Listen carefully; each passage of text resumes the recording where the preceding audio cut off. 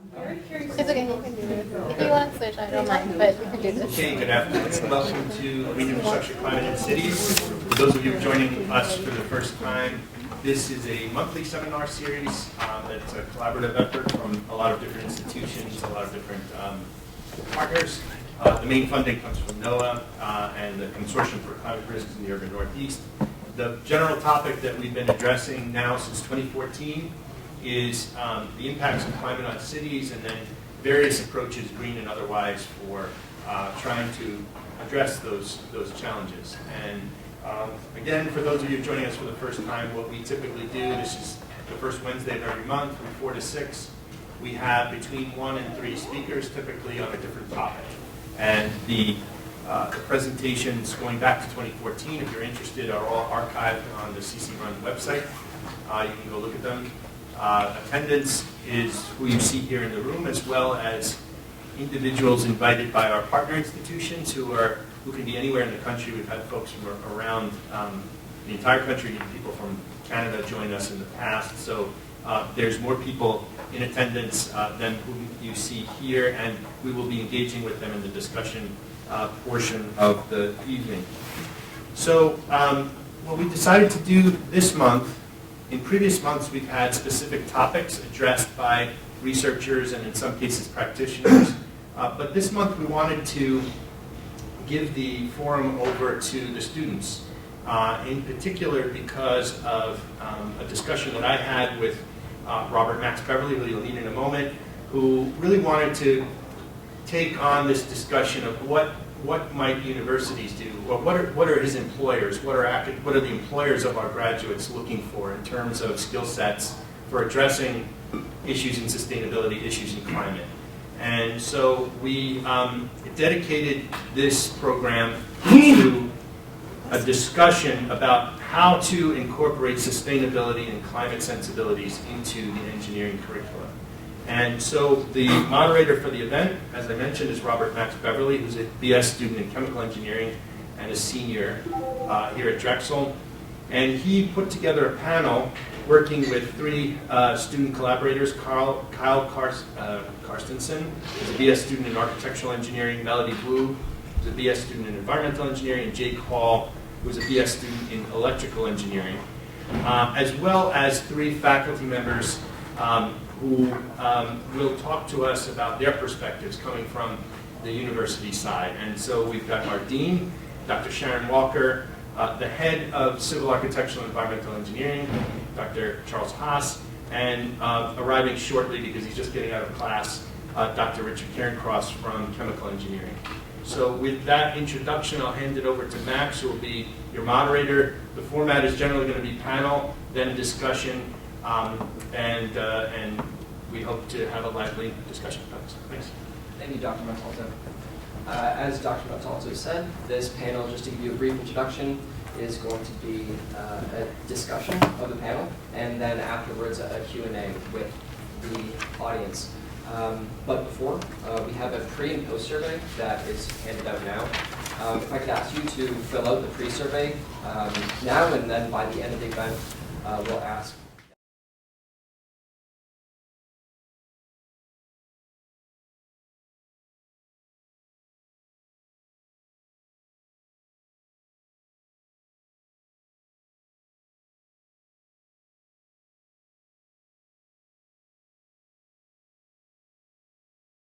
To these index cards, and then you'll pass them forward.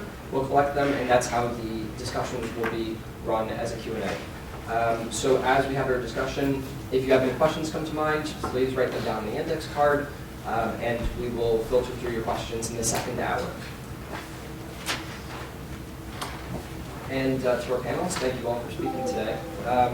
Could each of you give a brief introduction to yourselves and your work, and also how sustainability and climate is viewed in your field of study? Melody, I think we'll start with you. Sounds good. Hi everyone, my name is Melody. I'm an environmental engineering major, and I also work with different climate groups on campus. So I'm the president of Fossil Free Drexel, and our goal is to... I'm sorry, should we pass this?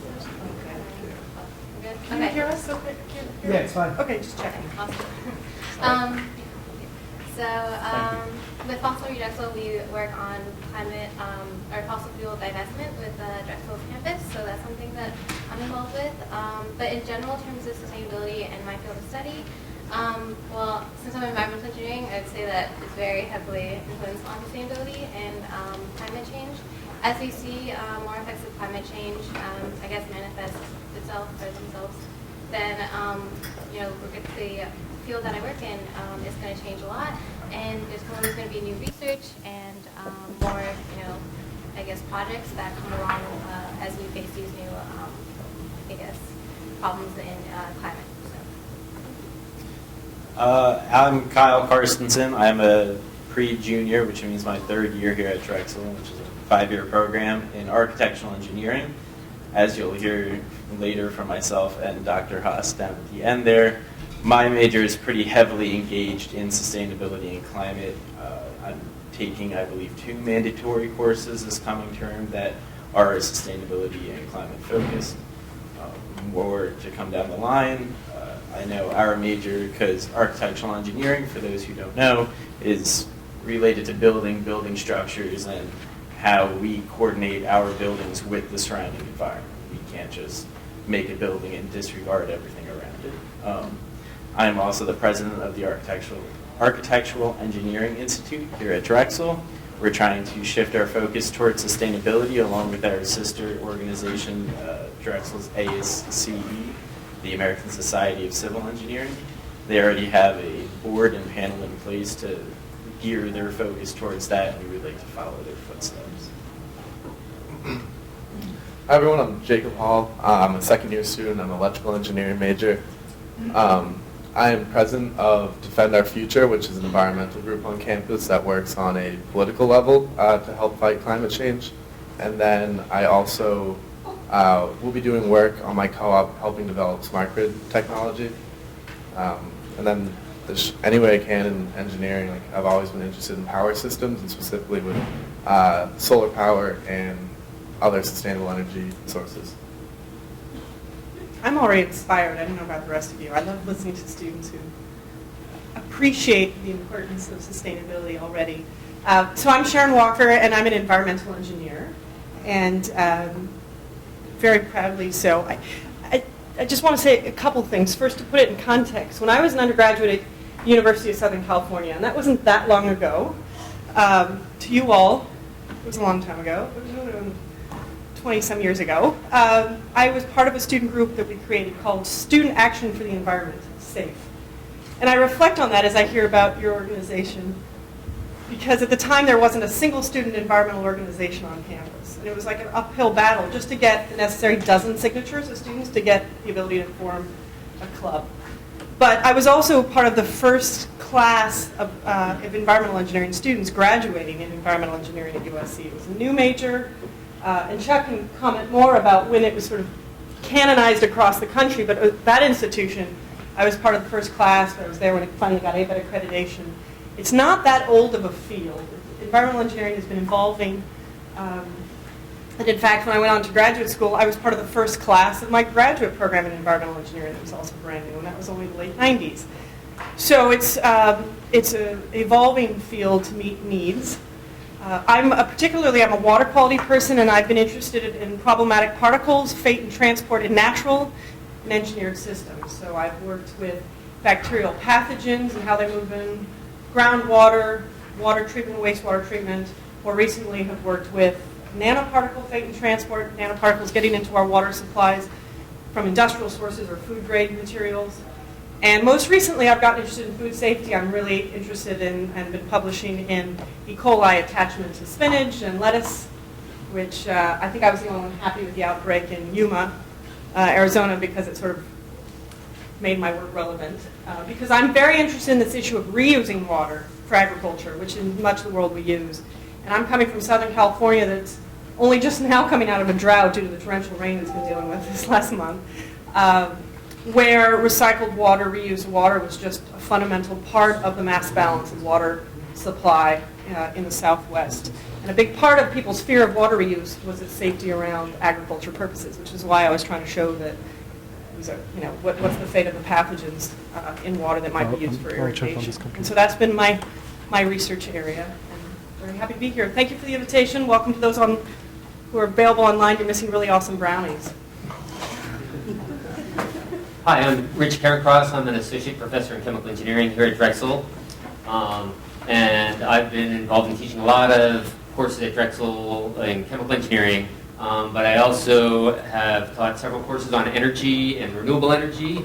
Developed a sustainable engineering class that I've taught for 5 years or so now. I'm not teaching it this year, just because of the way the teaching loads worked out. And was involved a number of years ago on a faculty workshop for sustainable engineering throughout the curriculum to encourage faculty to get engaged in that. I'm also involved in Drexel as an advisor for Drexel's chapter of Engineers Without Borders, so that's supporting sustainable and humanitarian development in sort of underdeveloped communities around the world. So I've done some traveling with that and supporting students in that. There's some interesting questions about sustainability associated with taking 5 students or more down to another country for a week, and considering the impacts of plane travel and all that for the kind of impact that you have, which the impact can be significant, but I think the biggest impact is actually developing globally aware students, which is an important outcome of those kind of projects, in addition to serving the communities that you're trying to help.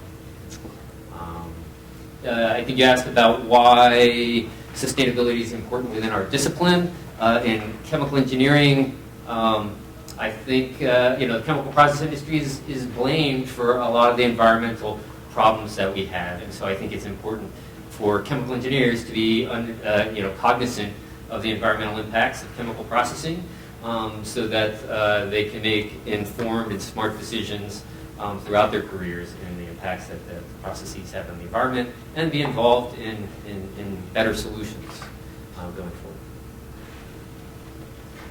So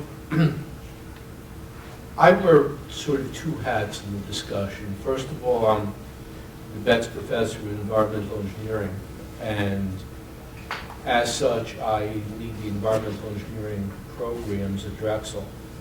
My particular area of interest is at the intersection of water quality, microorganisms, and human health.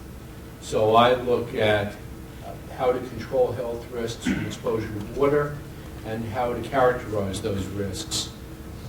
And the impact of climate change on that is that hydrology impacts water quality of the source water because of runoff and other inputs from land surfaces. And so it's closely tied to that. I got involved in environmental engineering, and I will date myself, because my freshman year was the first National Earth Day. And I was an undergrad bio major, and that inspired me ultimately to switch fields from my master's and PhD into environmental engineering. And the program I did my master's at had environmental engineering going back to 1967. Amazing. So it was one of the early ones. The other hat I wear is head of the Department of Civil Architecture and Environmental Engineering, where we have 3 majors. I think we're the 3rd largest department in the college at the moment. But certainly 2 of them, both environmental engineering and architectural engineering, as you just heard from one of our students, are very, very heavily dominated by concerns for sustainability in the water side and the energy side, and also in the food side, because we're realizing, as the dean said, there's an intimate connection between water and food and energy. Civil engineering, and I apologize to my civil engineering faculty colleagues in the audience, is coming up to speed with the need to consider sustainability and climate change, particularly in terms of adaptation of infrastructure to a changing climate. But civil engineering, I think, also has and should have a broad role, not simply in adaptation, but mitigation. And that's going to be a somewhat longer-term educational struggle for both students and faculty. Great. Thank you so much. So going into the panel discussion, I just want to remind the audience that you can write your questions down if you think of any onto the question cards. We'll be collecting them and organizing them for the second half of the discussion for the Q&A. I also want to remind that, Can I just, sure. As you develop questions, just forward them down over here because I'm going to be organizing them. So don't wait till the end. Just if you have a question, fill it out and hand it over. Great, thank you. And I just want to remind the panelists that we're going to be going in order, but if you hear one panel say something that you want to just give a direct, short response to, feel free, and we can jump out of order a little bit before returning to the overall order. We're going to have a list of topics that we're going down, so that you and the panel may reference them if need be, just to keep track of the discussion. Might be hard to turn around, but that's for the audience at least. Okay. And for these questions, we're actually going to go in the reverse order that we just did. But Dr. Haas, I'd like to start with you asking this question. So just as a sort of broad introduction to the topic, we touched on this a little bit, but maybe you could embellish some of your points of, do you think we should even teach sustainability or the impacts of sustainability and climate in the first place from an engineer's perspective? And of course, why or not? So I think there are general principles of both sustainability and climate change that are relevant to all engineering disciplines. And it's probably worthwhile thinking about what sort of common level of knowledge is needed cross-cutting across all disciplines. But to a very large degree, particularly the sustainability aspect of this, should be embedded in the individual discipline, because I would argue that that good engineering is sustainable engineering, and that you can't do good engineering without intimately incorporating concepts of sustainability into what you do. Professor Cairncross mentioned chemical engineering. In the old days, and I think I've licensed to speak of the old days, my first faculty appointment was in the chemical engineering department. And, the routine design solution for undergraduates would have 3 arrows off the side of the flow sheet, to air, to water, and to land. That no longer is regarded as being appropriate, and those flows need to be managed, and the costs of managing those flows need to be accounted for. And the same thing occurs in other domains. So I think concepts of sustainability, valuing impacts, need to be embedded in the disciplinary matrix of how we teach engineering. Okay, yeah, I definitely agree with a lot of what Professor Haas just said, and I'm a strong proponent of sustainability being a part of curriculum for engineers, in part because of what I said before, that the chemical process industry is blamed for a lot of the environmental problems. I think that's true of really all branches of engineering to a certain extent. So that's one reason why engineers need to understand issues related to sustainability and climate change. The other reason, I think, is that it's going to be a defining aspect of their careers. Students that are graduating now are graduating at a time when climate change is a big issue, and a number of other environmental and health impacts of our industrial lifestyle are a significant issue. And so we need students to be aware of those issues. I like what Professor Haas said about the history of chemical process design. Used to be you didn't even concern yourself with waste, and then it turned into end of the pipe waste management. So you'd figure out what your wastes are, and then you'd say, okay, we'll put in a wastewater treatment plant. Now there are a number of advocates and procedures for sustainable engineering as a component of the design process, where as you're choosing your solvents for your chemical separation, you can make a selection of selecting a solvent that's got more benign in both the upstream aspects of how it was produced and more benign downstream if there's any emissions to the environment or to the users as you're using your product.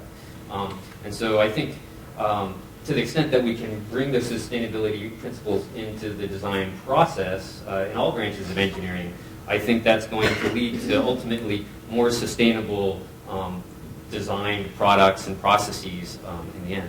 And so I do really think it's important that our students are exposed to that now, because they may or may not be encouraged to explore those topics in their companies, in their careers on their own. And so it's important that we do bring those topics up. Really, I think it can be throughout the curriculum. I think it's particularly important when they get to design, when we're starting to think about the real impacts of processes. Because the process, when we design a process or a product, it's not just about us making more money or a company making more money. Hopefully the reason we have industry is to improve society or a lifestyle in some way. And so getting students to think beyond just the economic impact, but also the environmental impact and hopefully the societal benefits and what those trade-offs are is really important. When I teach sustainability, sustainable engineering, this is one of the things that we talk about a lot, is there's usually a trade-off of some sort. You have to choose between process A and process B. They're going to have a number of advantages and disadvantages, and you have to decide what the metrics are in terms of economics and all the various environmental impacts and societal impacts to decide what's the best. And I'm not necessarily saying that the solution that's more environmentally beneficial is less economically beneficial, but that even if we just look at environmental impacts, different process choices are often going to be higher in different environmental metrics, and ultimately you have to use some ethical judgment to make decisions between how to weight those different metrics. And I think that's a challenge, and it's hard. And that's why we got to start thinking about it when we're young and when students are young, and build it into our discussions. So I think, to me, this is sort of a no-brainer. It absolutely belongs in the curriculum for every college student. I would push back at not just engineering. Because even if one's career doesn't go a path where you are doing work in this space, we need an educated citizenry that appreciates climate change and appreciates the impact on our lives so that you can vote accordingly, lobby accordingly, and just be informed good citizens. So I think sort of fundamentally, if I were the one to make the choice, I think this should be a competency that every Drexel student should graduate with. Can't control that. I do have something having to do with engineering. And so in my little preview of what I'm going to task our faculty with is that I actually think that when you think of the core competency that every engineer should have when they graduate, understanding sustainability and the impact of climate change is one of those. I think also another piece of that is empathy, which may not seem related, but is so directly related because of the decisions you were just speaking to.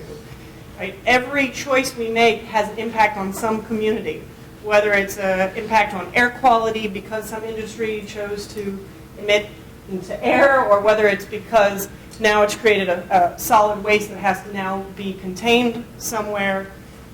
There are impacts on people and communities that have to be a fundamental part of our engineering design decisions, and having an understanding of the communities and the world around us, locally, regionally, nationally, globally, that's really important. I would say another competency is global understanding and global connection. So in a perfect world, and there's so much sort of, give me a few years to see if we can make this happen. I'd love to see everybody do a co-op. I'm so excited for you. In this, I'll call it public good sphere. I'd love to see everybody, because even if you're going to go work for some chemical processing company for your entire career, which is a good career trajectory, I don't mean to sort of vilify this at all. I mean, we all are wearing some product that required this, right? And we probably came to work in some motorized device for which we can thank engineers, right? Like, so I don't mean to vilify it at all.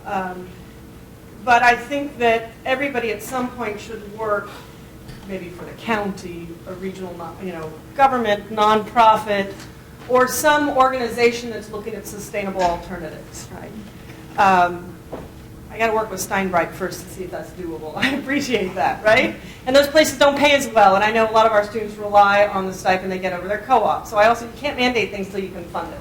I see students nodding to that. But in a perfect world, that's the direction I'd want to go. I'd also love to see all of our students have a global experience, whether a quarter abroad, a co-op abroad, or even a spring break with Engineers Without Borders abroad, because I think about my own personal transformation with travel. I only was able to go to the more developed world when I was in college, but in grad school and my own personal, travel is like one of my absolute favorite things, is I see more of what the world looks like at different stages of development and conflict. I understand how my research fits into a greater, into the greater scheme of things. And I would hope that students would begin to develop that appreciation. So I think that you can't really talk about sustainability and climate change without talking about global issues and, frankly, I would say empathy and understanding the human and environmental conditions. I think about my own undergraduate career. We didn't talk about climate change. We talked about the ozone hole. That was a big deal, and we were really excited about that. And when we were all getting rid of the hairsprays that made our bangs go up this high a few years just before. You guys would remember that. But Mira, you remember this, Mira. It was like a source of pride if you could get your bangs up 3 inches. And the amount of chlorofluorocarbons that I contributed to, I apologize. But it was a thing. And so it wasn't even on the agenda. And I think about how I was trained to think about design in a civil and environmental engineering program as an undergrad. 50-year storms, 100-year storms were all you had to think about. And now I think about Southern California, where I grew up and where I was trained. They've just had, there's something like 500-year storm events. And the flooding's incredible out in Palm Springs, not far from where I used to live, where you just see a whole valley was just flooded, which was great for groundwater recharge, but it was definitely not what anybody designed for, and there were some very dangerous situations and high water rescues. So it's just amazing in a very short period of time you see the way I was trained was not sustainable from that perspective.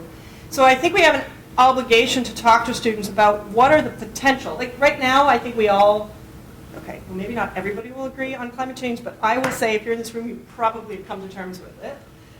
We self-select. It's real, it's coming, we have to be ready for it, and we have to think about how it's going to affect the kind of design work we do in the future.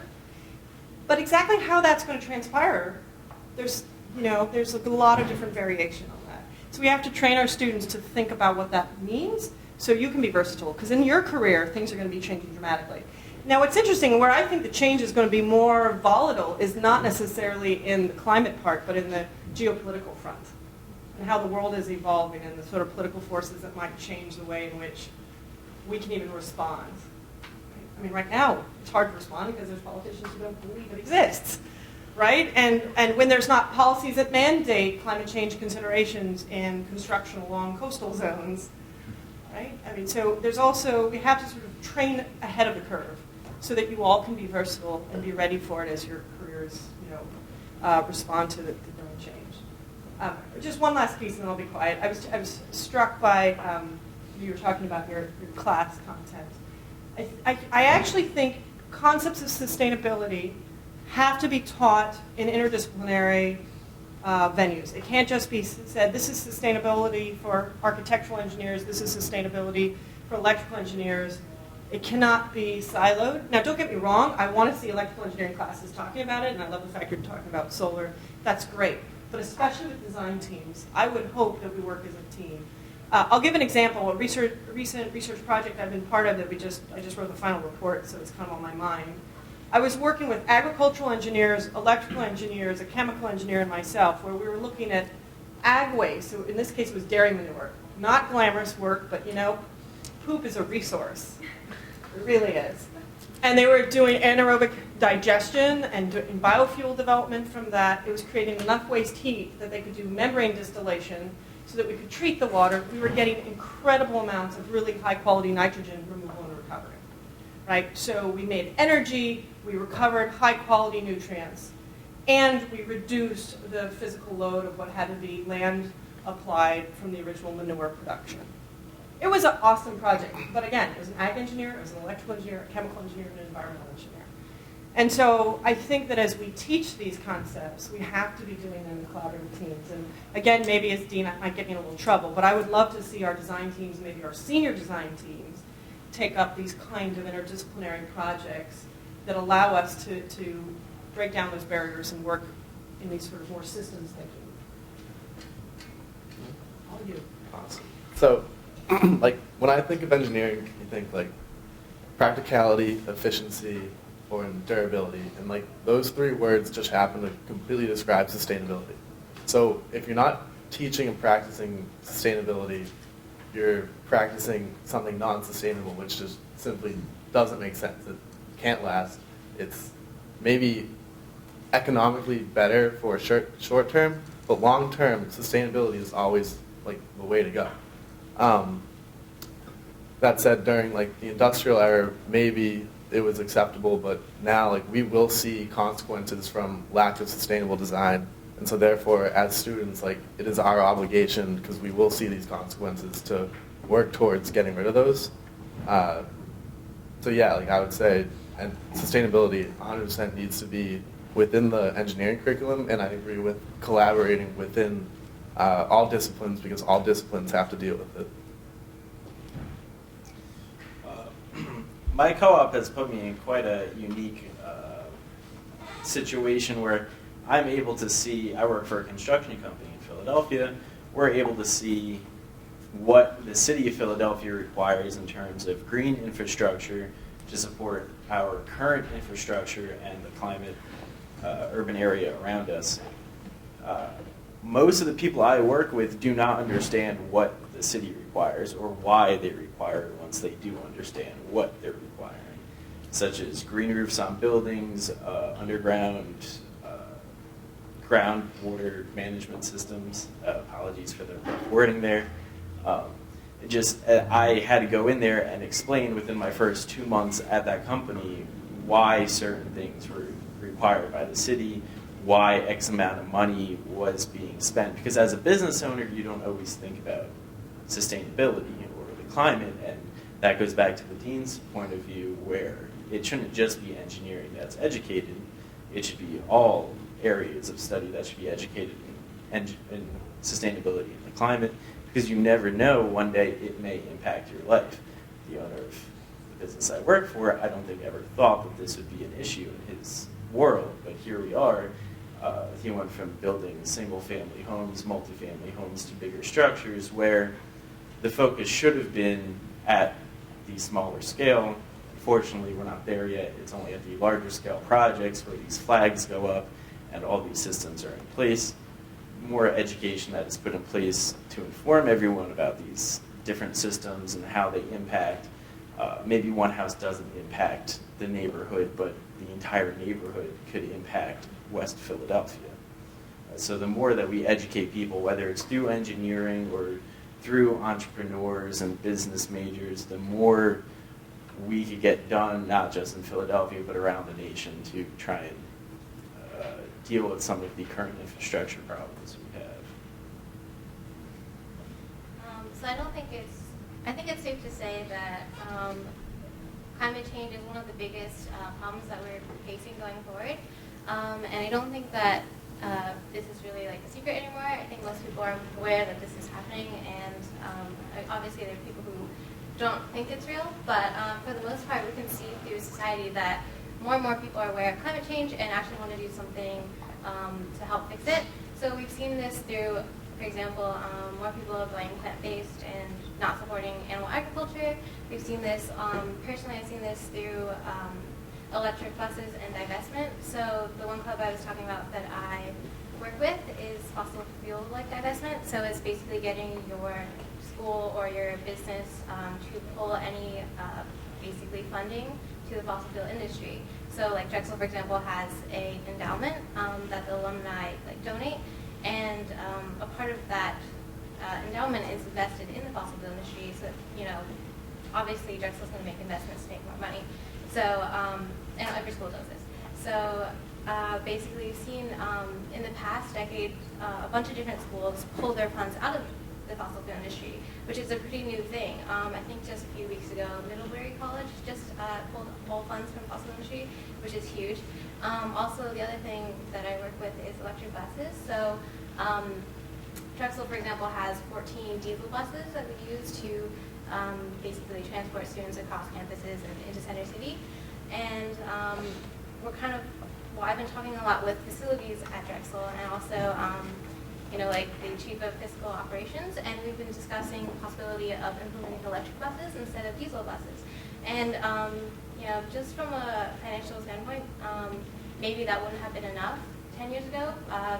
Businesses probably aren't going to spend that much money because it's about $700,000 per bus, electric bus, to implement it, on their own. But we can see that there's enough pressure in society to start, moving towards more sustainability, actions, that this is actually happening. And we've seen a lot of schools actually transfer to electric buses as well.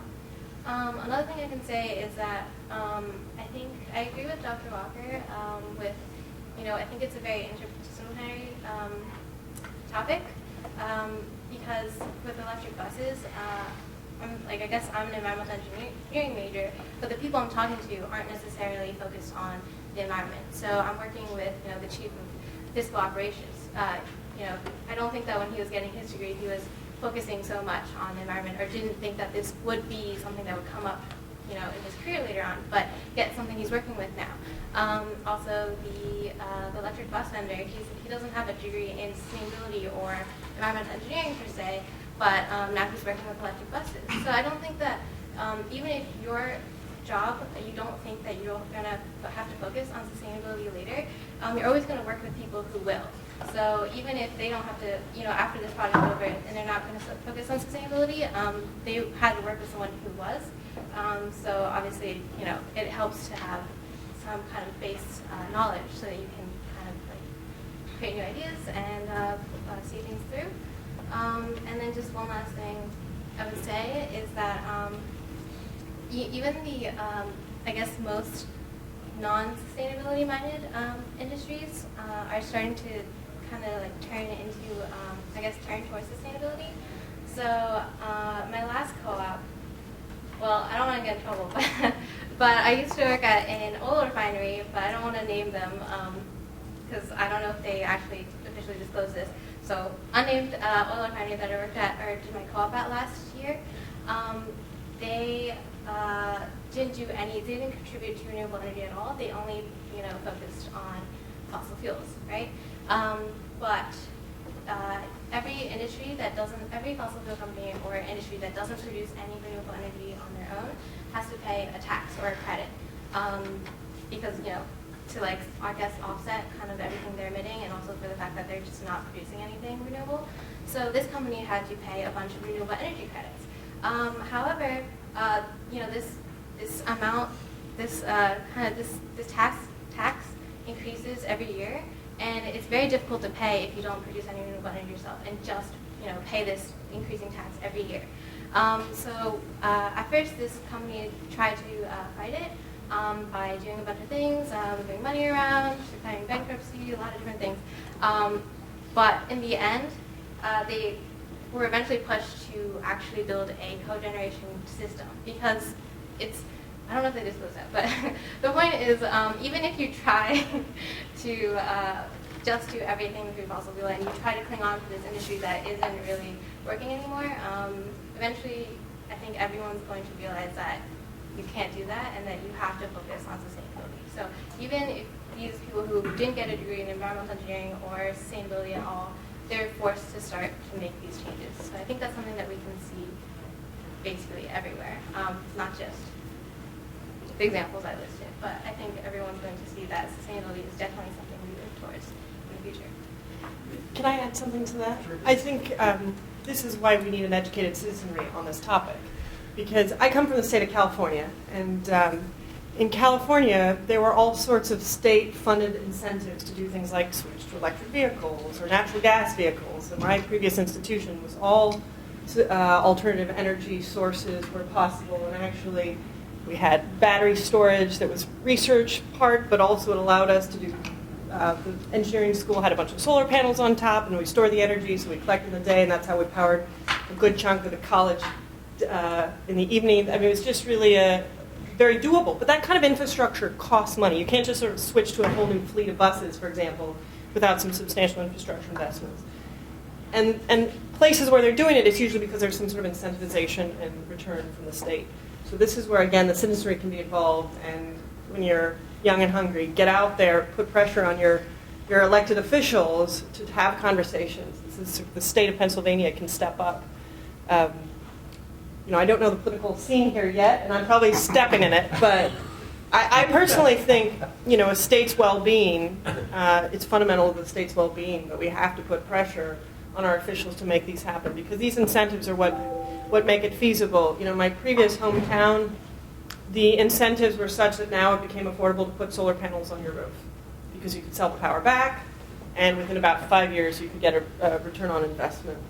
And because they were able to get the money back. And so between the tax credit you got, the return from the utility, and the power you could sell back, you could actually, a middle-class family could afford to put photovoltaics on their roof.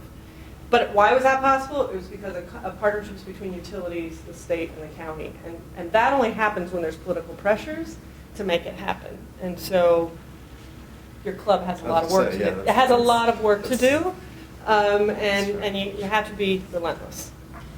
Thank you. And now, to give ourselves a little bit of a better idea of where we are now, and possibly where we could go, could you discuss how sustainability and climate is currently prioritized in your field of study, whether that's specifically in the department with which you work or just more generally in your field, how it is currently prioritized.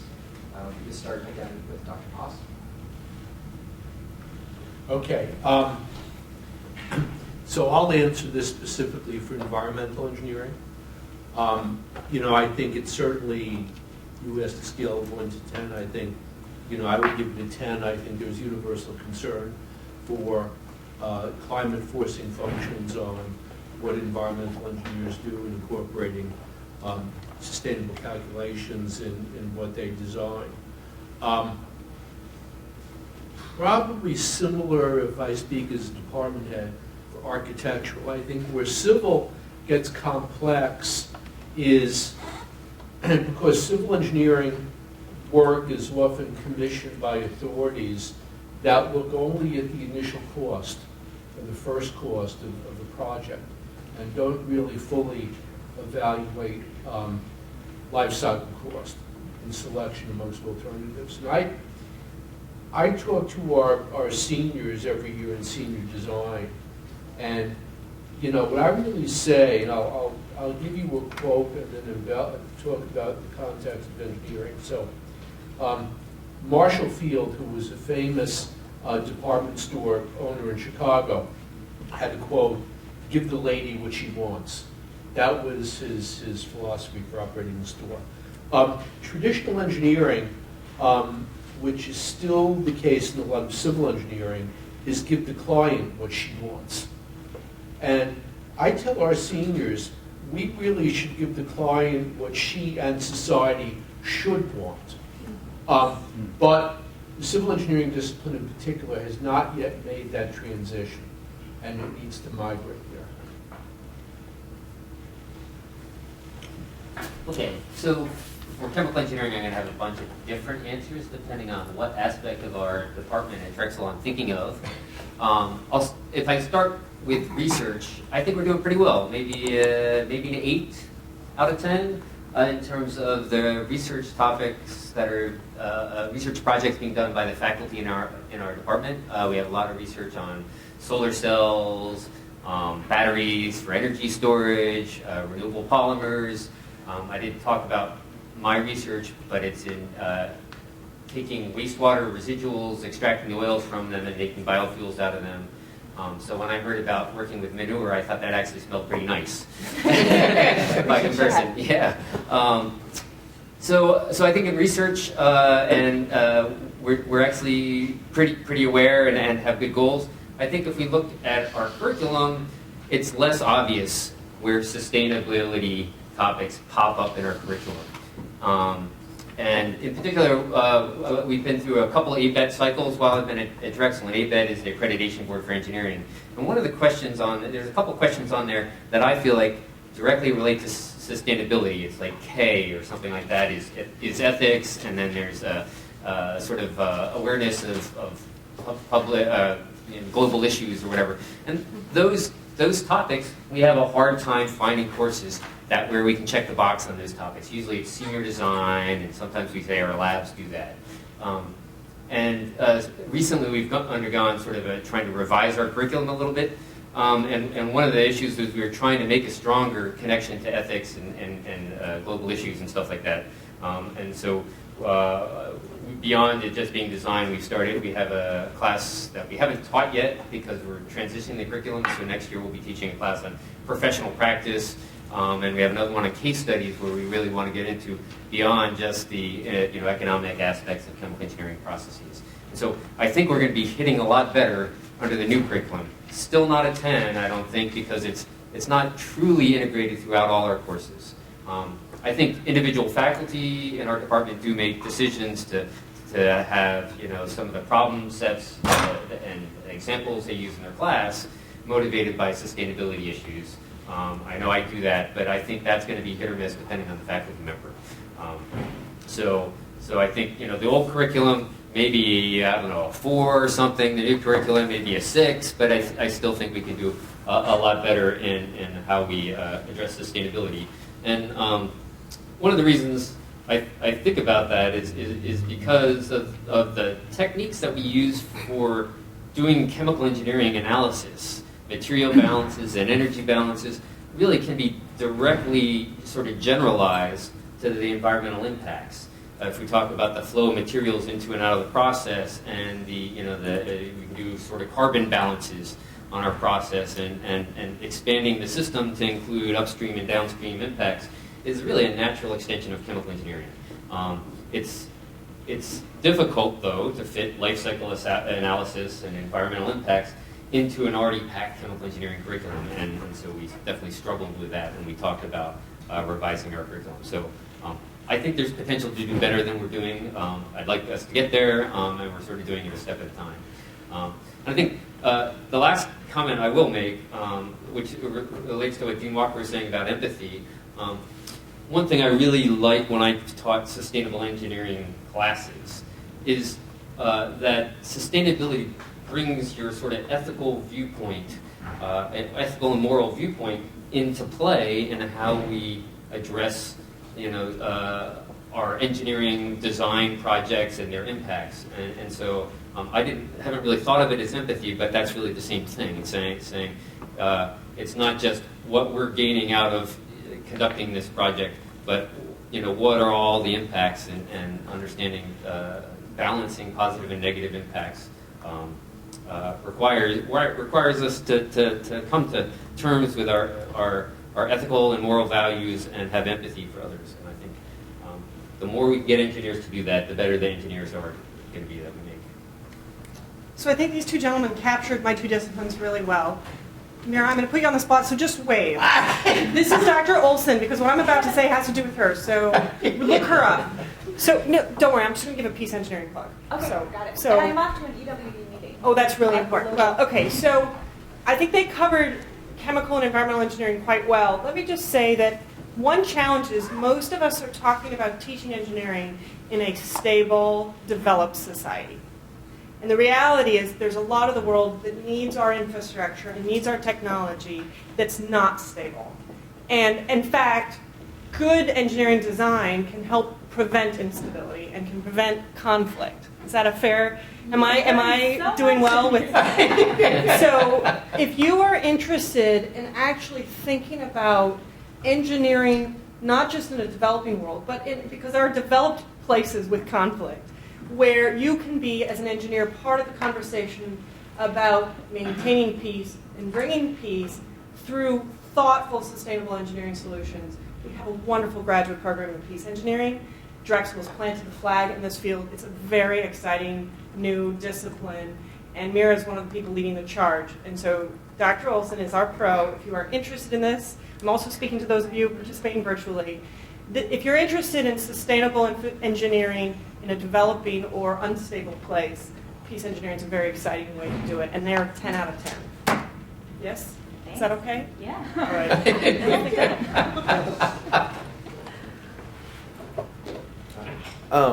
So as far as electrical engineering goes, depending on the discipline, of course, there's different roles that sustainability would have with that. However, with power systems, like if it's like computer or electronics, it may not be as relevant, but with power systems, that's where the future is going, is sustainable energy. The focus isn't as much on coal or nuclear power is a shaky subject because it's both a great source of sustainable energy and has negative effects on the environment, but produces more energy than any other source. So right now, the future is sustainable energy.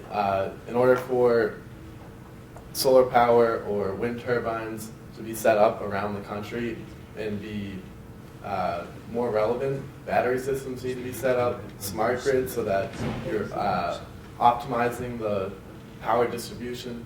You're going to have smaller dependencies on nuclear power plants in these large infrastructure and more dependency on these small local setups that will be either solar powered or wind turbine. And that's known. We are focusing more on that nationally. There's more jobs increasing in these fields, and so for that reason, yeah, I'd say 9 or 10 out of 10 for electrical engineering because it's such an important part of sustainable energy. Can I mention one other kind of sustainable energy that relates back to civil? Is a lot of the world use hydroelectric power. Yep.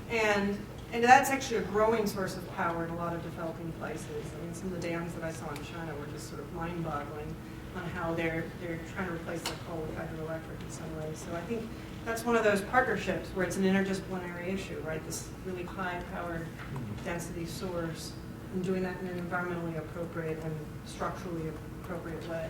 Also to relate to what you were saying about developing countries, in one of my freshman engineering projects, we had the whole course was about creating something for developing countries that would last and be sustainable.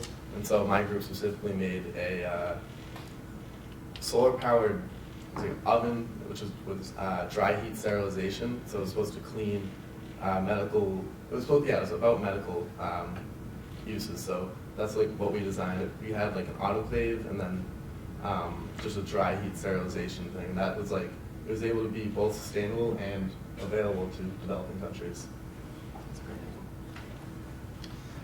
So to touch on the overall topic that has sort of been discussed is that sometimes being sustainable and caring about the environment can cost you a pretty penny. And as Dr. Haas mentioned, civil engineering, usually it's for states and cities and employers that just look at initial costs and can't afford or don't want to put up the extra cost to be sustainable. My field, architectural engineering, we're usually hired by much wealthier individuals. In our field, there's been a huge spike in cost attributed to sustainable and eco-friendly systems, both inside and outside of buildings. As I mentioned, there are green roofs. Something as simple as strategically placing windows in a building can help reduce your HVAC costs that use up energy from sometimes non-renewable sources, and it's a whole chain effect that many people don't realize, but developers nowadays are taking the time to realize that and taking the time to request certain features in buildings and in structures that we then have to abide by or sometimes create the system because it's never been done in that scale or in that sort of use before. And here at Drexel, they're always open to new ideas, and through research programs or student orgs or anything regarding that, they're very open with expanding what we know. There's never going to be an end to sustainability, coming up with new solutions to new problems. once we get past the first steps of what do we do with the water now that we're putting a building here? How can we now use that water that we've captured, and just going down that cycle of trying to make our systems better. In architectural engineering, we touch on every system within a building. We have the opportunity to make all those systems come together, work better, more efficiently, and try to just make the surrounding environment around our buildings better than they were when we came in. I think with environmental engineering,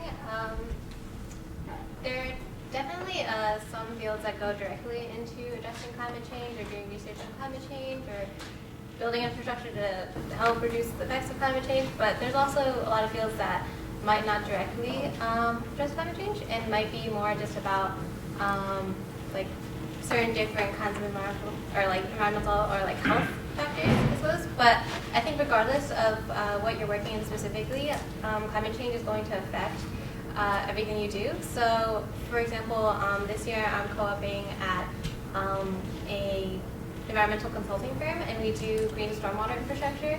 So basically we're just building infrastructure to treat stormwater runoff. That's the gist of it. And even though that's not necessarily anything to do with climate change per se, climate change can affect a lot of what we do. So for example, the vegetation we use in the green stormwater infrastructure, like so we're thinking basically rain gardens and tree trenches that would treat stormwater.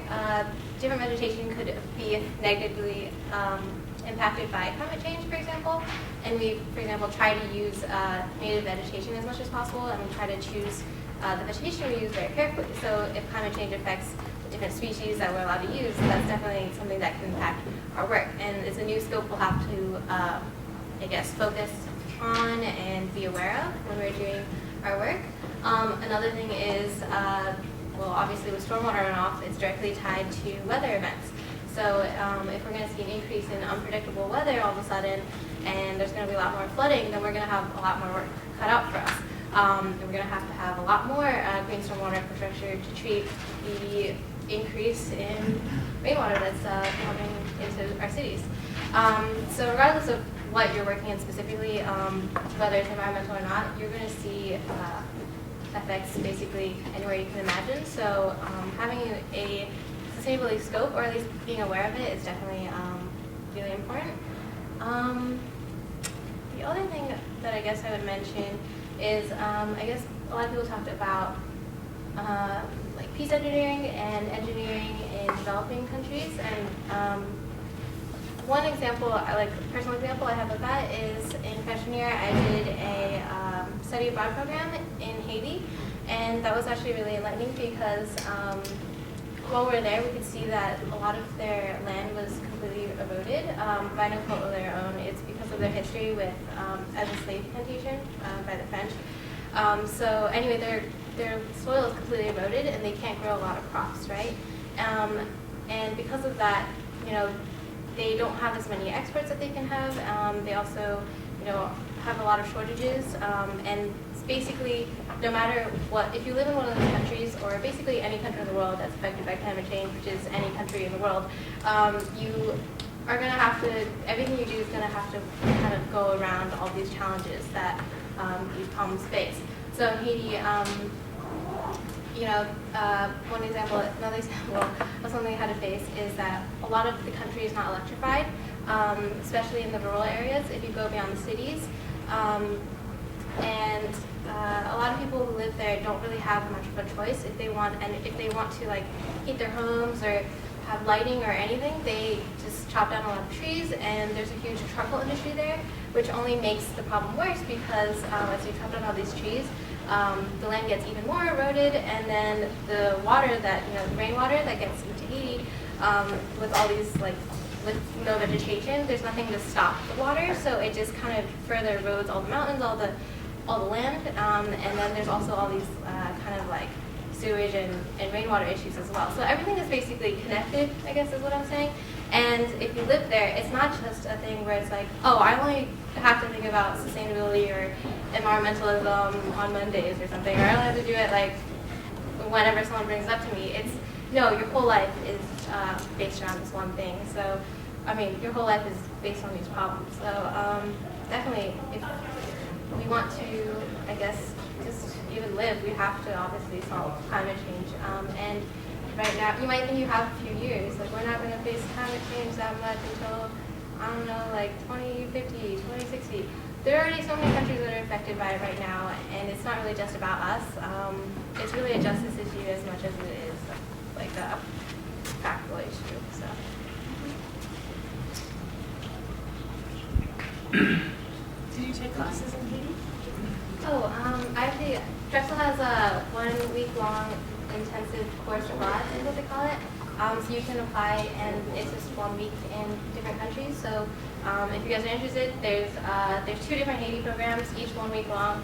One is Art for Social Change, which is the one I went to meet a lot of different, like, what people are doing in the art scene to, like, affect, like, social consciousness. And they have another program called Community Education and Development, which I'll actually be participating in next year. But that one's about development and, like, education. So that one's cool too. Yeah. Great. We have one more question, and it looks like we're going to go over the first hour a little bit. I think that's okay because we started our first hour a little bit late. Dr. Montalto, maybe you could pass out a few more index cards in case people ran out. And if you do have index cards written down, please pass them down to the left, and you can pick them up if there are any. Even while we're doing the Q&A, if you think of more questions, please write them down, and we'll continue to collect them to keep the discussion going. And our last question is a little bit more to the point. What are some real-world applications of a sustainability or climate-focused curriculum? And Dr. Haas, we'll start with you again. So, in the world that I exist in, there are a large spectrum of employers. And I think what we're seeing is particularly the large companies and the large design firms are becoming much more attuned to the need of integrating sustainability in everything that they do. And I would also say the large public agencies as well. As it turns out, I've done a lot of water work in Southern California, where Dr. Walker is from, and the largest water utility in the country is the Metropolitan Water District of Southern California, and they're probably the premier agency in terms of integrating sustainable water management from a water supply point of view into what they do. In fact, they just announced that their goal was to reuse wastewater from Los Angeles for water supply in Southern California. We'll see if that comes to the fore, but that's an announced goal. So I think the large agencies, the large companies, the large design firms are getting it, and the benefit to students of going through a curriculum is the ability to get employed by some of those large organizations. Yeah, I agree that I think a lot of companies are including sustainability issues in their mission, and so there are some sort of top-down in companies modes of encouraging sustainability. I think one of the real benefits of teaching our engineers and any graduates from Drexel about sustainability issues is then you can have sort of a bottom-up development of or implementation of sustainability ideas if it's done during the design of the process, long before it gets reviewed by management. Then I think you're more likely to end up with more sustainable designs, and so that's what I think I really want. I think the real benefit is if students have sustainability and environmental impact assessment in their toolkit, they're going to come up with better designs. Well, let me just add to that for a second. So even for the students here and in the audience, even if you don't go to a large firm that gets it, what I've seen happening is the students that are graduating now, one of your goals is to educate your managers and get the managers to get it. And then, you'll sort of subvert the organization from within, if you will. And that's been happening, and I think it's going to happen more and more. I Actually, I would agree with that point. I'm not going to answer your question directly, but I want to make the comment that the workforce projections are that there's going to be this massive turnover of generations in the workforce. I was actually struck by speaking to an executive at Lockheed Martin who said that already half of their workforce are millennials. That's kind of amazing. I don't know where my generations from Gen X got lost in there, but there's so many retirements, and the growth is now in the millennial generation. When you think about also the increased retirements that are predicted, baby boomers in the next few years, there's going to be just such a shift in who are going to be filling the leadership roles. Now, maybe not immediately, but not only can you educate up, but there's a generation that's going to be taken over. And in a very short period of time, it will be a generation of young people that grew up in an era where climate change was acknowledged. And we're going to be, and you all will have the opportunity to some degree to fill that void of leadership as there's this sort of generational shift.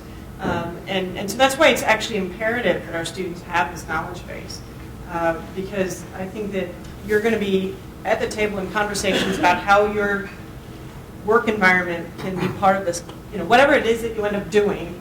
Sustainability, climate change is going to be on everybody's minds, and you'll be in a position to influence it probably much faster than my generation was able to sort of get to the table, just by virtue of this huge turnover of talent that's happening right now. Which is why we have to get it into the curriculum. We would be remiss, really would be remiss if we graduate students, they couldn't be conversant in these topics. Yeah, I couldn't agree more. Especially if we look at politics, right now we have an EPA administrator that doesn't believe in climate change. Yeah, exactly.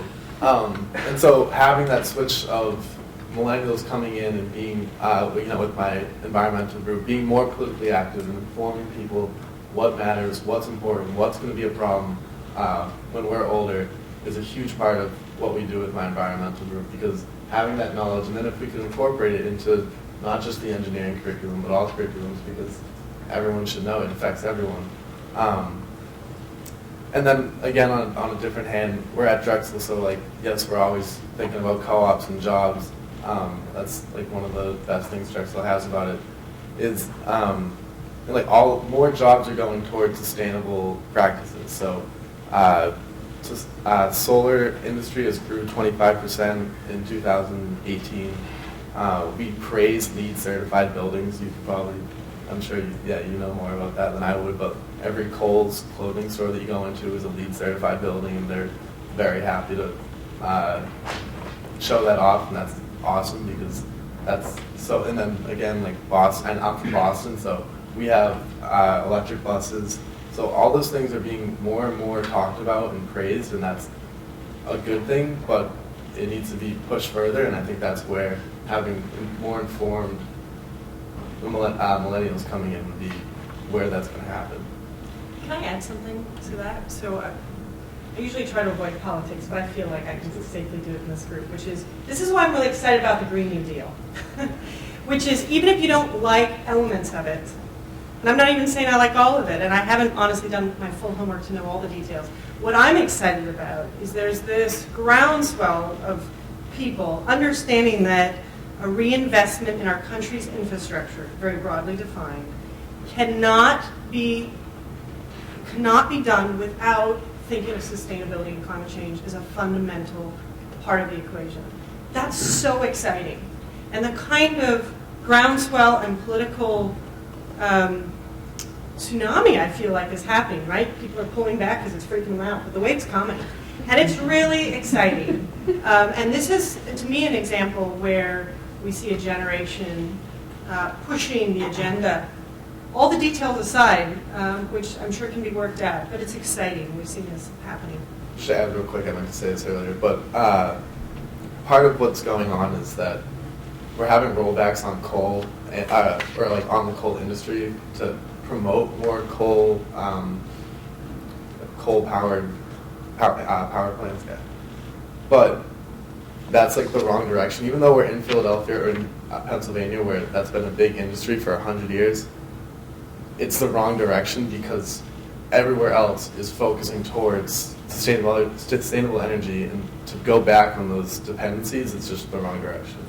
But that's not that.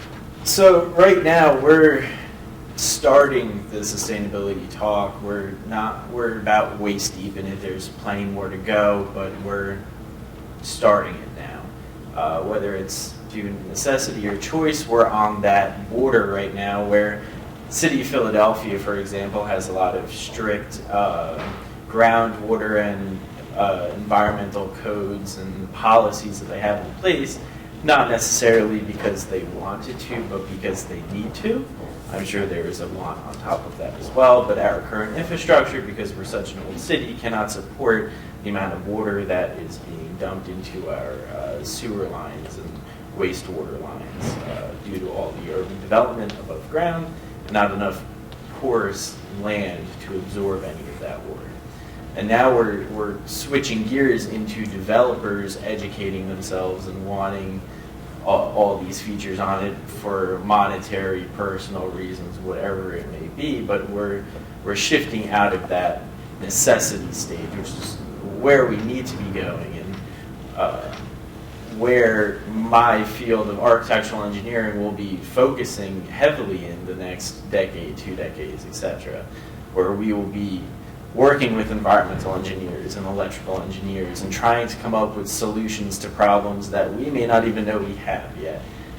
Like when they built Philadelphia, I don't think that they ever thought the brick tunnels that they put underground would be reaching max capacity and backflow. So we'll find out in a couple decades what new problems there are, but we'll be continuously fighting these issues from here until we're no longer here. Sustainability will always be an issue, and it should be exciting. Okay. I'm so glad that Dr. Walker talked about the Green New Deal and VOC. Yeah. But basically, I think that we can see through all of our newly elected officials, especially with this generation, and I guess going forward, all our generations are seemingly a little more accepting of climate action and everything. So I think we can tell from all of these newly elected officials or representatives, that are environmentally focused, that the public really does care.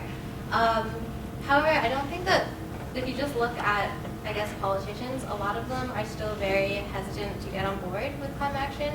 A lot of them are very reformative, I guess, in their ideas of trying to use existing methods to kind of create change. So very slow, very small, minute changes to help solve all these climate issues. But I don't think that's enough, and I think a lot of people would probably agree with that, just reformative practices isn't enough. So I think because of that, it's largely fallen upon, I guess, individuals and, I guess, consumers, you would say, to combat all these social issues we're seeing. So I think politically, any environmental development is very slow, but if you look at the social level, it's a lot faster. More and more people are trying to find sustainably sourced or ethically sourced materials, whether that be food, clothing, any kind of product. And I mention that because obviously if we're going to make change through, ideally we would make change through both, right? But if we're going to make any change to the consumer and individual level, then we have to talk about business, right? And that's where I guess a lot of us engineers come in. Obviously everything you're going to work, every company you're going to work for, you're going to be designing a product, or implementing a product or designing anything.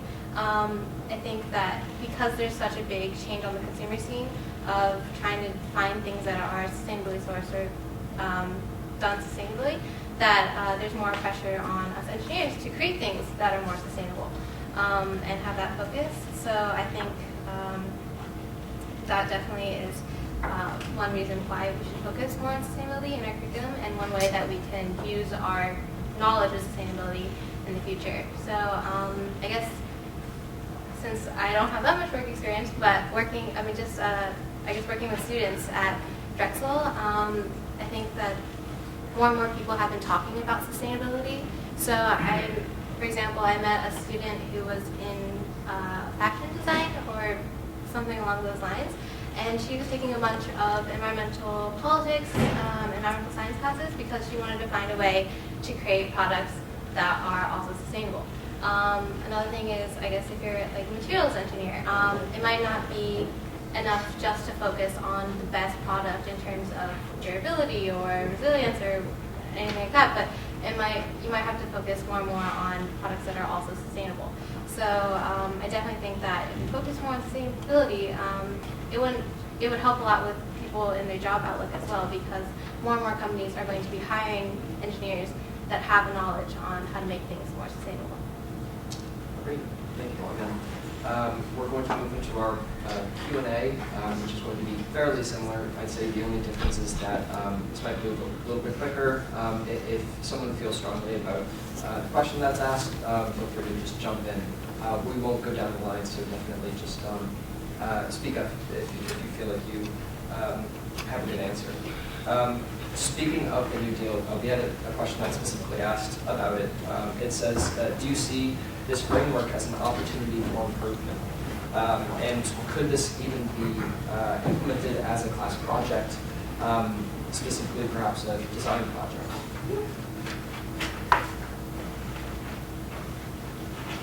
Is it the first part of the question? Sure. Sorry, I think I just said the New Deal. I meant the Green New Deal. Sorry about that. The Green New Deal was mentioned, and that was specifically a question for the audience of how could it be utilized to improve classes, perhaps as a design project. I mean, I think certainly there are a number of elements of it that could be, either freshman design projects or senior design projects. But, frankly, I think the biggest value of that document, there's something in political discourse called the Overton window, and if you haven't heard of it, you should Google it. The idea is that by expressing a thought that may be regarded as being at the far end, you shift the end of discourse. And I think the value of the Green New Deal is primarily that it shifted this Overton window so that concepts around it become more acceptable in ordinary discussion. I think that's the biggest value of it. I can move on to my second question. I'll add to that. I don't want to belabor the point. But I just think this is, again, where interdisciplinarities are really difficulties. Because how our country is going to reinvest to sustain its infrastructure, specifically to sustain the economy and create an economy around what's called green jobs and such. This is not trivial. This is not something an engineer with great intentions can solve. It's not something a political scientist can solve. This is sort of a fundamental shift of our lens as a community, and so if anything, this gets back to why interdisciplinary team-based learning and projects and design is so fundamental in the curriculum, because these are not problems that get solved by a team of just electrical engineers that come up with some new gizmo. It's so comprehensive. So in fact, I think it's a great idea for perhaps a larger seminar course, but it's going to be changing. I mean, I think that this course is going to be really changing, but it's a great example why the team-based curriculum is important. Yeah, and that actually ties directly into another question that we got. It was asking, how can we how can we teach engineers to design multifunctional projects?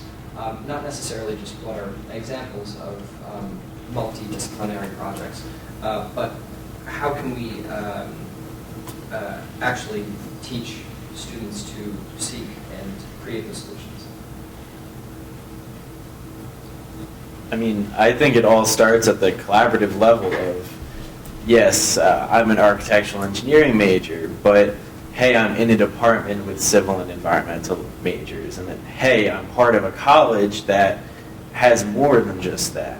I am a culprit of this, I guess you would say, where I truly do not have a single friend that's an electrical engineering major, and that They're is nice. Yeah, well, I know.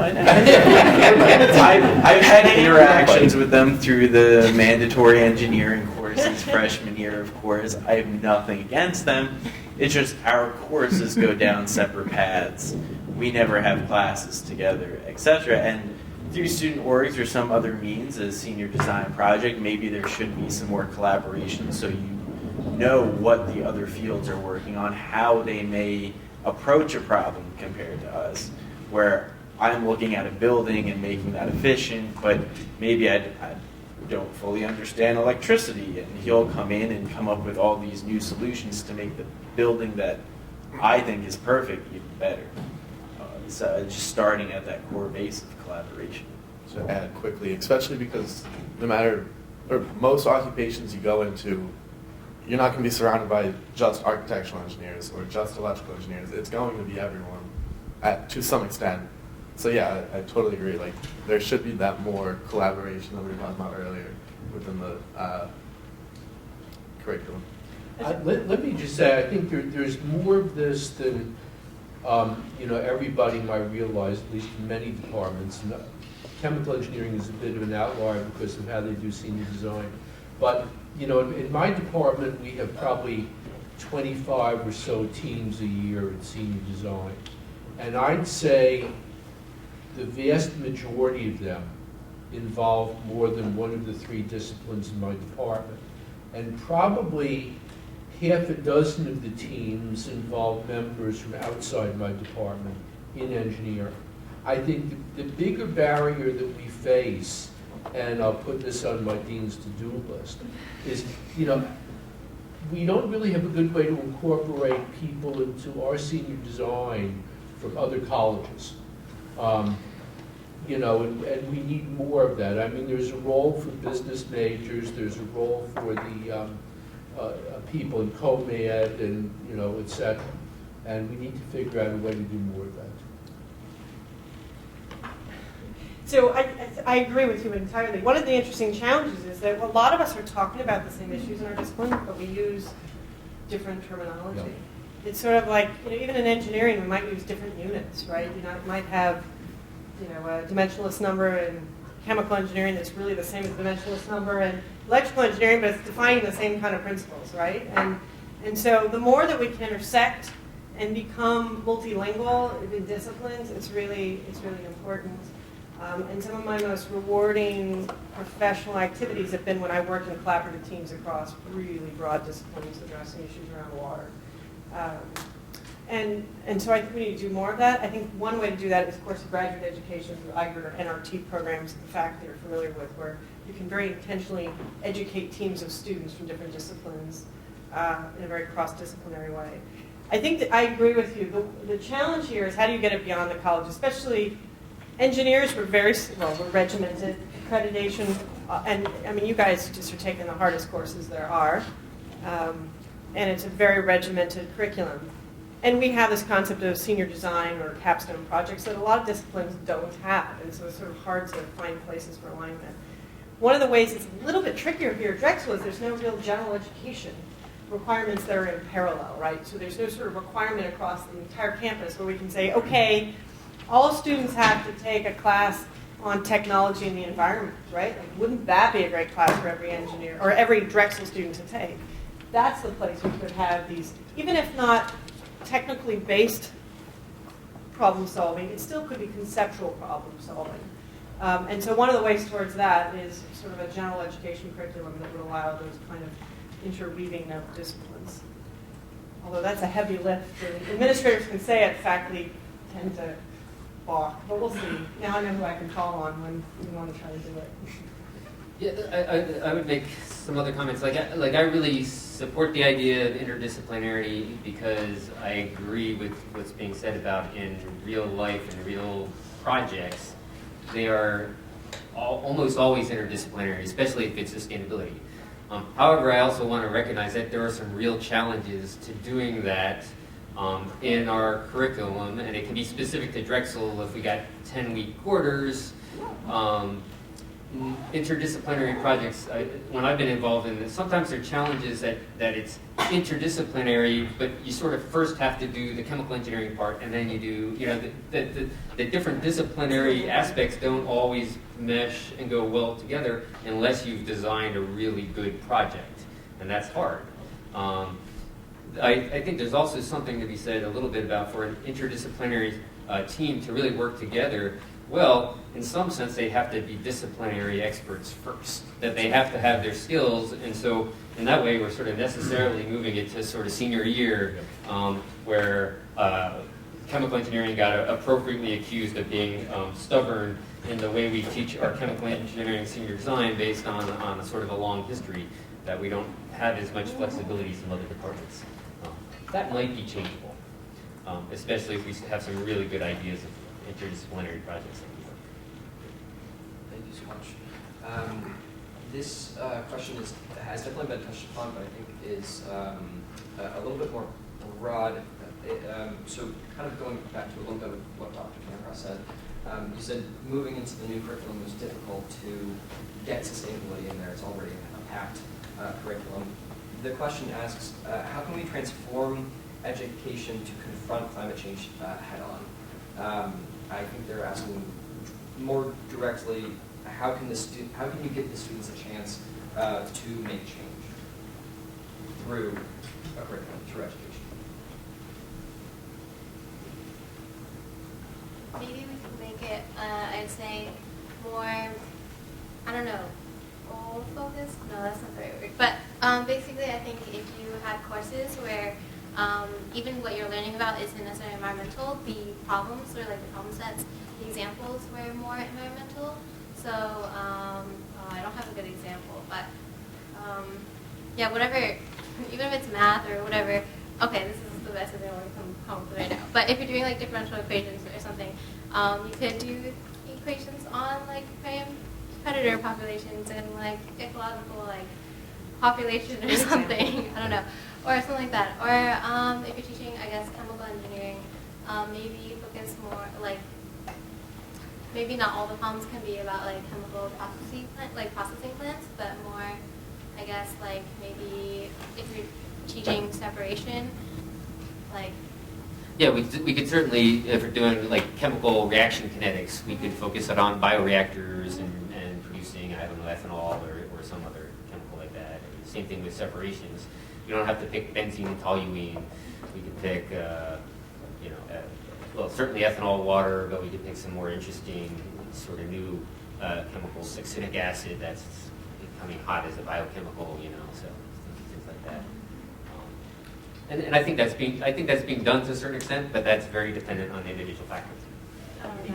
I mean, I would jump in here and say, although, many people complain about quarters, I think one of the nice things about quarters is that many of the programs have, enough elective space in the curriculum, and students can package a sequence of courses into that elective space on climate, on sustainability, on some other topic, and even to the sense of doing a formal minor in some sustainability-related topic.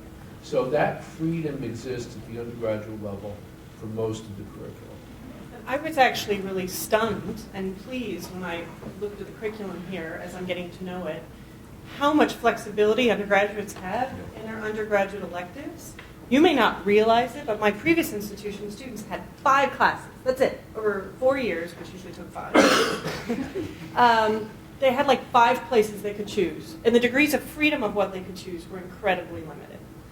Here, the list of options for general ed, whether it's that you love music, or you love some, some arts area, or you love sustainability. There's ways you can actually integrate your passions in your undergraduate curriculum in ways I've actually never seen in an engineering school. It's actually pretty phenomenal. You may not realize that. So where you may not feel you have room, you actually have more room than I've ever seen. I also want to comment that there's actually professional organizations that can help us with this. So Chuck and I are both involved in the Association for Environmental Engineering and Science Professors, AEESP, and there are student memberships if this is something that interests you. And I was for many years on the education committee there, and we worked really hard to make, it's too hard for an organization to create a reserve of educational materials available just from a storage point of view. But we basically created this sort of nodal network of faculty willing to share their curriculum materials, which I find really amazing about our discipline. I don't think there are many disciplines that are like this, but you know, if you wanted to say, like, how can I implement sustainability in course X, you could contact the education committee and they would sort of, I mean, now I think you actually do it with a search on the website, but I mean, at the time I was part of this, it really just started almost like an old-fashioned phone tree. Okay, who has this? And people shared. It's, you know, I think in our disciplines, people are more open to sharing best practices than we realize. And so we don't have to reinvent the wheel in doing this. And so there are professional societies that we can turn to be a resource to help us find these materials. But it is really hard for a faculty member single-handedly to redo their courses and say, now this problem set has, you know, all these examples. Because it's not trivial, especially with all the very complex demands on our time. And so using these kind of professional resources and sharing best practices is, I think, the way we have to move forward. I think, can I add on to that real quick? I wonder if it would be possible maybe, I agree that we have a lot of like flexibility with changing electives and choosing electives. I think that's really beneficial. But I think, would it be possible maybe to, I feel like there's still some limitations here and there. So I guess what I've noticed is sometimes I really want to take a class because I think it would really help expand my knowledge on something. But then there's a bunch of like prerequisites that I haven't taken because maybe the course belongs in a different department. Like let's say it's in the like environmental policy like major set, but then I want to take an environmental policy course, but I can't take that without having first taken like policy 101 or something, you know. So it's kind of like, I wonder if there's some way that if you show genuine interest in learning about environmental policy, for example, you'd be able to almost like bypass. Well, this is where student organizing is useful. If there's a critical mass of students interested in this but don't have time for that kind of progression, and you let us know, there might be opportunities to partner with those departments to see about offering sections that are sort of specifically targeted to engineers that might not have been on that traditional policy course trajectory, right? So that's where your feedback can be really useful. And also, if you're an impassioned student, I'd go bug the instructor on record and beg and say, can I pretty please sit in on your course? And I don't know about the culture at Drexel, but I know in my previous institution when a student would say that to me enough times and they showed that kind of passion and hard work and willingness to put in the hard work, I always said yes. I let them enroll anyway. That culture exists here. Great, so don't feel pushed up, dismayed, pushed on. So one other comment I make along this line sort of is, when I've taught like renewable energy and sustainable engineering courses, they usually filled up pretty quickly, right? And then some students would ask, oh, can you make it bigger? And so you usually expand it. But there's a couple challenges with that. One, you know, teaching an elective class, it's usually sort of an extra class that you're teaching in addition to other things. And so it's hard, you don't have a TA, so it's harder to teach a bigger class or multiple sections or whatever. So I think there's real challenges to try to roll out more of these elective classes in that aspect, from that perspective. And there's also, I found also when I've been teaching as a chemical engineering professor, I get mostly chemical engineering students, and it's hard to get full interdisciplinary, attendance in my classes. And maybe I have to advertise better or make it clear that I'm not just thinking as a chemical engineer all the time. I don't know, not scare people away. The new budget model that's on the horizon, it's actually in your department's best interest to offer these really fascinating courses that would actually start bringing in more students. So, there's going to be a financial incentive for faculty to start offering interesting interdisciplinary courses. And with all these challenges that have been brought up, going through official course structure and prerequisites and making sure that what you offer falls within accreditation for that degree. The Architectural Engineering Institute here at Drexel last year hosted a lecture mini-series off to the side that did not fit into any curriculum or any official credit counting system. It was just to better enhance a body of students' knowledge. We saw that there was a need, desire. It filled up. that event was not focused on sustainability, but that same principle can be applied to sustainability and climate change and how we could better our thinking in those terms. And this is a perfect example of a forum for just that. Great. Now this next question is a little bit of a left turn from what we've been talking about, but we did touch on it earlier. Do our students have to educate our employers about the impact of their actions, such as the way Kyle or Melody, you at least view in the oil plan?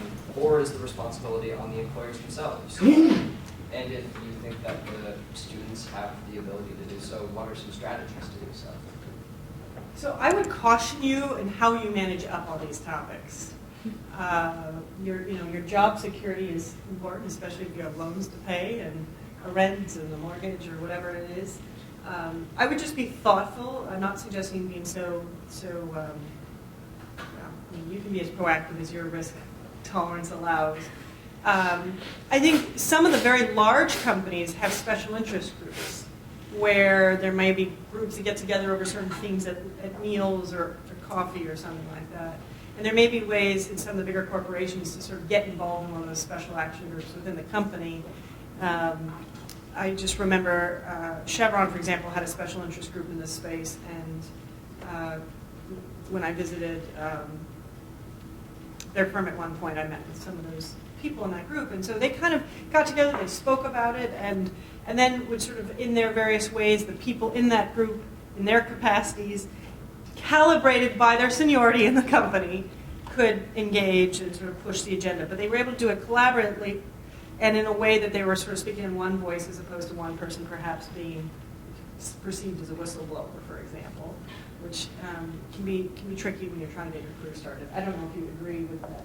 No, I think so. No, I think the other mechanism you can use is many of the professional societies, and I know now ASC does have very active local younger members forum, and get involved with one of those so you can share, tips with your demographic cohorts in terms of how to deal with employers. And you might find a mentor or an advocate who's one of the senior members of that professional society who's actually embedded in that organization as well. Yep. So it's using these groups. That's pretty important. Yeah, to add on to that, in my experience, there's two kinds of employers. One that is set in their ways. It's going to be very hard to change. Those are the employers where you're going to have to work with them a while. It's not going to be during your 6-month co-op period or your summer internship. It's going to be when you go there after college and you work there for a bit, you get a feel for how they are, then you could change or start to change how they think. Then there's another kind of company where they're open to change. You could go directly to the VP of construction and offer some advice, or your direct supervisor who then may set up a meeting between the three higher up people or however many there may be, and you may get your point across there. Whether it's the first or second option, what you have to realize is you have to bring facts. You have to say, yes, it may cost this much more in advance, but you have to realize you'll get your money back in the end. As long as you're bringing a logical argument, most employers will be open to listening to it. Don't go in there empty-handed and just saying, go Earth. I mean, that be the end of your argument. Well, you also don't have to work for these companies, right? I mean, so what's interesting is I have a lot of alums that are sort of C-suite executives in their companies coming through my office, and the common theme is talent need.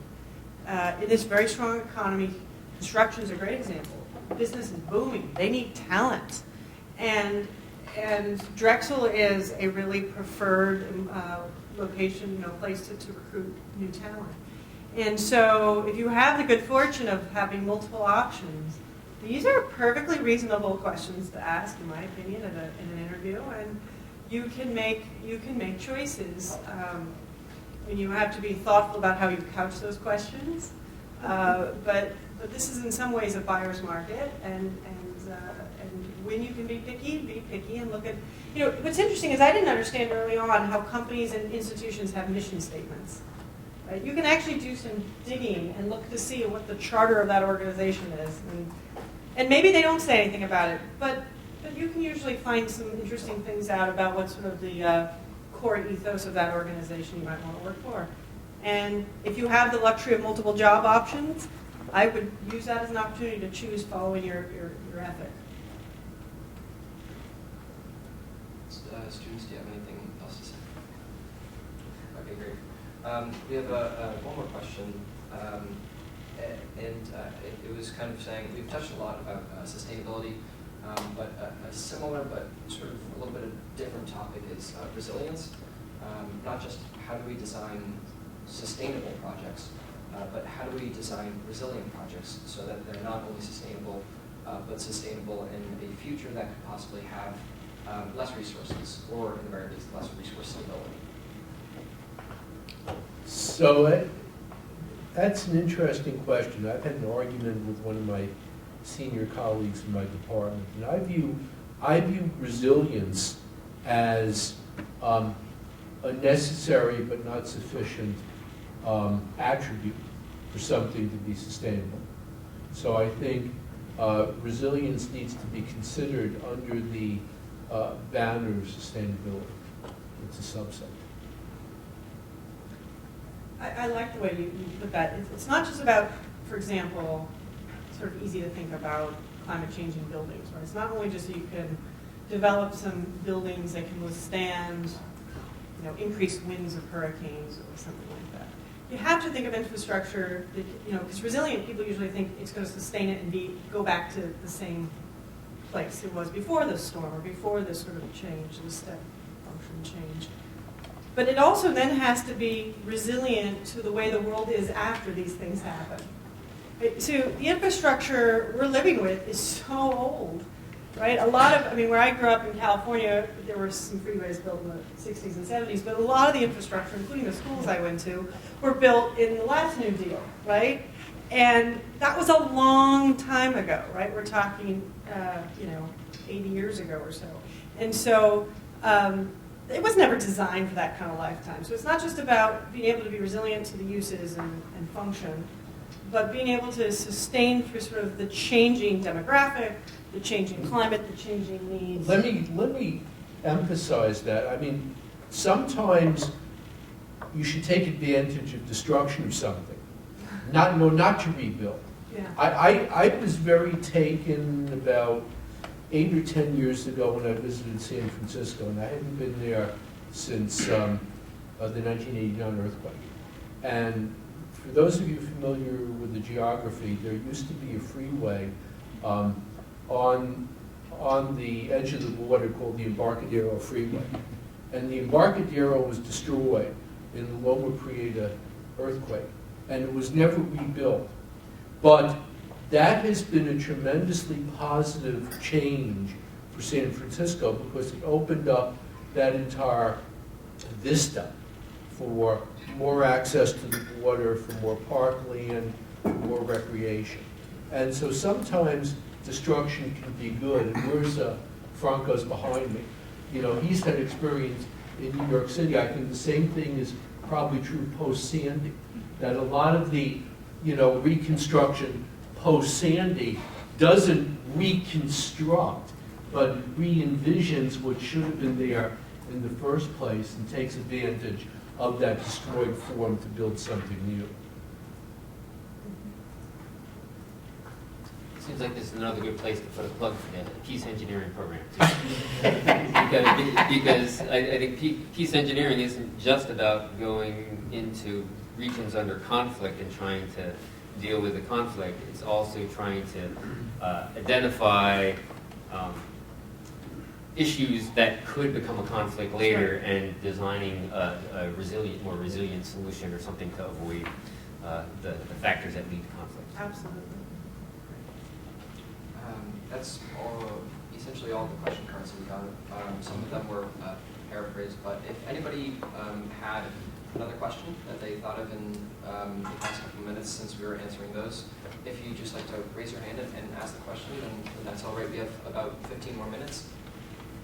Any other questions? Okay, great. Dr. Montalto, do you have anything you'd like to say? No, I want to thank you and the panel in general. I think this was an interesting change of the way we do this series, and I think it was much more interactive, and there were a variety of perspectives presented, more of a discussion type format. So thank you for sort of taking this one and running the show. I think it was really well done, and thanks to all the panelists for all their insights. And it'll be exciting to see what happens next. And I would really like to continue this discussion in future sessions. So maybe that's something we can talk about, is sort of a return to this, in a certain number of months, see, if there have been any changes. So this becomes more of a routine set of discussions rather than, what do you think now? And then we all go back to our worlds. But let's try to keep this discussion going. Great, thank you. Yeah, I would really like that. So if you're interested in that, I'm sure that we'll let you know on the same sort of platforms that you heard about this one. Thank you all for coming in. Thank you again, the panelists, for speaking.